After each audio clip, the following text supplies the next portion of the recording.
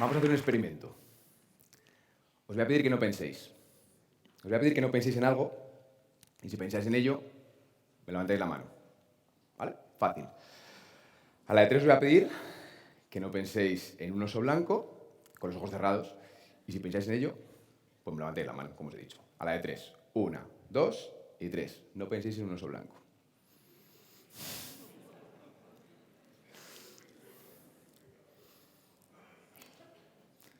Bueno, lo estáis notando en vuestras carnes, ¿no? Estos son los efectos paradójicos, ¿no?, de la supresión del pensamiento. Es decir, cuanto menos quiero pensar, más pienso. Y estaréis de acuerdo conmigo en que un oso blanco, pues, es mono, ¿no? Pero es un estímulo emocionalmente poco relevante, ¿no? Es decir, dudo que ninguno de ustedes haya sufrido un ataque de oso polar en los últimos meses y dudo que ninguno de ustedes haya mantenido una relación sentimental con un oso blanco, ¿no? A lo mejor alguien tiene un ex que se parece un poco a un oso blanco, pero ahí no voy a entrar. Pero cuando algo nos importa, cuando algo nos duele, de verdad, el intentar no pensar, el intentar no sentir, lo que hace es justamente lo contrario, nos dispara la frecuencia, la intensidad y la duración de esos pensamientos y esas emociones. Te acaba de dejar tu ex y hasta las farolas te recuerdan, ¿no?, a tu ex. Intentas tú no pensar y viene el listo de turno y dice, pero no pienses en eso, ¿no? Fenomenal. Fíjense, lo que nos dice la ciencia es que las personas más represoras, aquellas que intentan con más fuerza no pensar, no sentir, tienen índices de depresión y de ansiedad mucho más altos. Yo llevo 12 años dedicado a la psicología sanitaria y habré visto unos 2.000 pacientes. Y por poneros un porcentaje y no pillarme los dedos, os voy a decir que el 99,9% de esos pacientes intentaban evitar algo, tiene un componente de evitación emocional. Pero fijaos que esto es un fenómeno que no solamente nos ocurre con las emociones incómodas. Seguro que habéis estado en algún lugar en el que no está socialmente bien visto reírse. Y hay algo que os hace muchísima gracia, ¿no? Y uno nota cómo va subiendo la risa y no puede, ¿no? Y se tapa la boca y al final explota, es decir, es incontrolable. Pues durante esta charla voy a tratar de daros 4 puntos, que para mí son fundamentales, obviamente, para ayudaros a que modifiquéis la relación que tenéis con vuestros pensamientos y con vuestras emociones. Punto número 1. No hay emociones buenas ni hay emociones malas. Las emociones son reacciones de nuestro cuerpo, que lo que intentan es que nos adaptemos al medio con eficacia. ¿Qué quiere decir esto? Que a nivel histórico, evolutivo, a nivel de historia de la vida en el planeta Tierra, las emociones lo único que intentan es que permanezcamos el suficiente tiempo vivos como para transmitir nuestros genes a nuestros hijos. Punto. Y cada emoción tiene una función concreta. Os cuento algunas de las funciones de las emociones básicas. Tristeza. Nos ayuda a procesar pérdidas. Por eso cuando estamos tristes nos para el cuerpo, o sea, nos cuesta hacer cosas y pensamos más para prevenir futuras pérdidas. El miedo nos ayuda a detectar y a huir de potenciales peligros. La ira. La ira nos ayuda, entre otras cosas, a combatir la injusticia. Vale. La sorpresa nos ayuda a reaccionar ante lo inesperado. El asco nos ayuda a repeler sustancias y personas potencialmente nocivas. Y la alegría. La alegría nos marca el camino. Tengo hambre y como, me pongo contento. Tengo sed y bebo, me pongo contento. Me apareo, me pongo contentísimo. Aquí somos súper básicos, ¿no? Lo que ocurre es que a veces nuestro cerebro dispara emociones cuando no son necesarias. Son falsas alarmas. Es lo que los psicólogos llamamos emociones no adaptativas. Punto número 2. Pensamiento y realidad son absolutamente independientes. Estoy seguro que todos los que estamos aquí podemos pensar en un unicornio rosa. ¿Significa eso que los unicornios rosas existan? ¿Significa que podamos crear unicornios rosas en la realidad con el pensamiento? No, ¿no? Si no, estaríamos todos pensando en la paz mundial o en millones de euros, ¿no? Cada uno lo suyo. Pero ¿qué pasa cuando pensamos cosas como me va a salir mal, voy a suspender, voy a hacer el ridículo hablando delante de todas estas personas, ¿no? Ahí nos cuesta más, ¿no?, el diferenciar entre lo que es pensamiento y lo que es realidad. Permitidme una metáfora. El pensamiento sería algo así como un mapa y la realidad sería la ciudad. Hay mapas que son más fieles a la realidad, ¿no?, como fotos de satélite, y mapas menos fieles, ¿no?, eso a mano alzada, por ejemplo. Pues imaginaos que estamos en Madrid, delante del río Manzanares, con un mapa de Praga. Vemos el río, y me guío por Madrid con un mapa de Praga. ¿Qué va a pasar? Me va a perder, ¿no? Pues muchas veces vamos por la vida con el mapa del nadie me quiere. Y en el mapa del nadie me quiere, todos son rechazos. Y puede ser que estemos ante un rechazo. Pero eso no significa que ustedes vivan en la ciudad del nadie me quiere. Nadie vive en esa ciudad. No se crean todo lo que piensan. Lo que me lleva al tercer punto.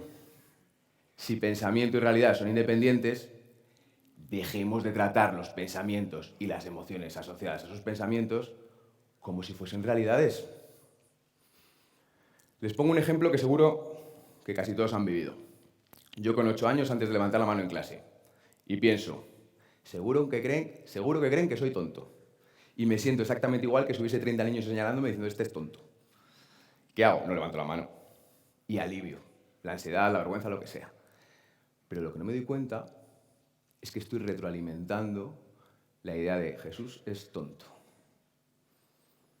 Van ustedes a la cocina y está la sartén en el fuego al rojo vivo y la tocan. ¿Qué hacen? ¿Qué hacen?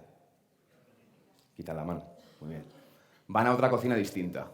Hay una sartén distinta en un fuego distinto. ¿Qué hacen? No lo tocamos. Son ustedes unos genios.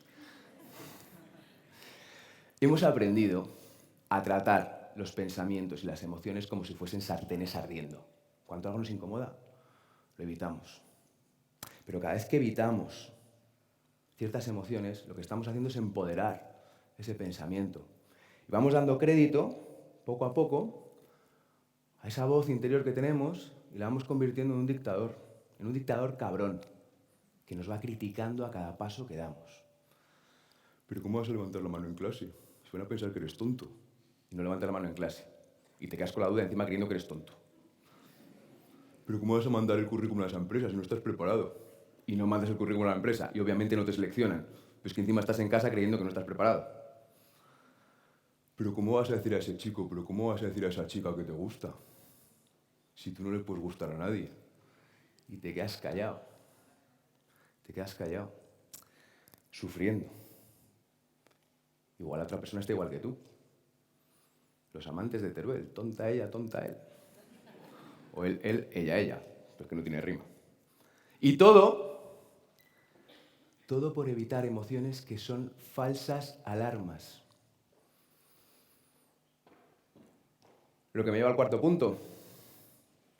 ¿Cómo hago para deshacerme del sufrimiento asociado a esas emociones que son falsas alarmas?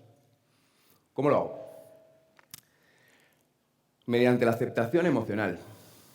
Y no me malinterpreten, si aquí aparece un león y yo tengo miedo, no tengo que aceptar nada, lo que tengo que hacer es correr. Ahora bien, si yo empiezo a pensar que ustedes me están mirando las zapatillas, están pensando que no combinan con no sé qué, no sé cuándo, y yo me empiezo a agobiar, empiezo a sentir vergüenza y lo que me pide el cuerpo es huir. Esa es la emoción que tengo que aceptar. Y por eso aquí sigo. Existe un programa de tratamiento desarrollado por David Barlow, que es uno de los psicólogos más eminentes de la Universidad de Boston, que lo que enseña a los pacientes es a dejar de evitar emociones. Y les enseña a tolerar intensidades cada vez más altas de estas emociones. Pues fíjense, en nuestro país se ha comparado ese programa, esa intervención, con la intervención que hacen los médicos de cabecera para trastornos de ansiedad y depresión. Médicos de cabecera, no psiquiatras, 6 minutos por paciente. Y lo que se ha encontrado es que el programa de tratamiento de Barlow, en formato grupal y en 7 sesiones semanales, es decir, en menos de 2 meses, es entre 3 y 4 veces más eficaz que los psicofármacos que recetan los médicos de cabecera. Menos de 2 meses, en torno a un 75% de eficacia para trastornos de ansiedad y trastornos depresivos. La habitación emocional es algo así como tener una presa gigante con un pantano inmenso con las compuertas cerradas. Si llueve mucho, me desbordo. Si yo abro las compuertas, aunque llueva mucho, el caudal del río suba, es mucho más difícil que yo me desborde. Y lo que nos dice la ciencia es que las personas que mantienen las compuertas abiertas, es decir, esas personas que están en contacto con sus emociones, que saben modificarlas, que saben etiquetarlas, tienen índices de satisfacción con la vida mucho más altos, niveles de bienestar más elevados. Fíjense la paradoja, ¿eh? Es decir, cuanto menos trato de evitar la tristeza, el miedo, la ira, mejor estoy. A nivel de relaciones sociales, están más satisfechos con esas relaciones sociales. Pero es que en el trabajo son más productivos, se queman menos y estadísticamente tienen salarios más altos. A nivel de salud también. De salud mental es obvio, pero es que de salud física también, porque somatizan menos y tienen mejores hábitos de vida. Abran sus compuertas. Para resumir, los 4 puntos. Recuerden que no hay emociones buenas ni malas. Todas las emociones son reacciones de nuestro cuerpo, que son necesarias. Lo que ocurre es que a veces malinterpretamos la realidad y confundimos esa malinterpretación de la realidad con la realidad. ¿Cuál es la clave? Aprender a distinguir entre emociones adaptativas, es decir, aquellas que me ayudan a largo plazo, el león, el miedo al león, y emociones no adaptativas, aquellas que no me ayudan a largo plazo, el miedo a ustedes. ¿Para qué? Para dejarme llevar por las que me ayudan a largo plazo, es decir, huir del león, y aceptar y tolerar aquellas que no me ayudan a largo plazo. Porque si le damos la espalda a nuestras emociones, no solamente nos estamos dando la espalda a nosotros mismos. Si le damos la espalda a nuestras emociones, le estamos dando la espalda a la vida.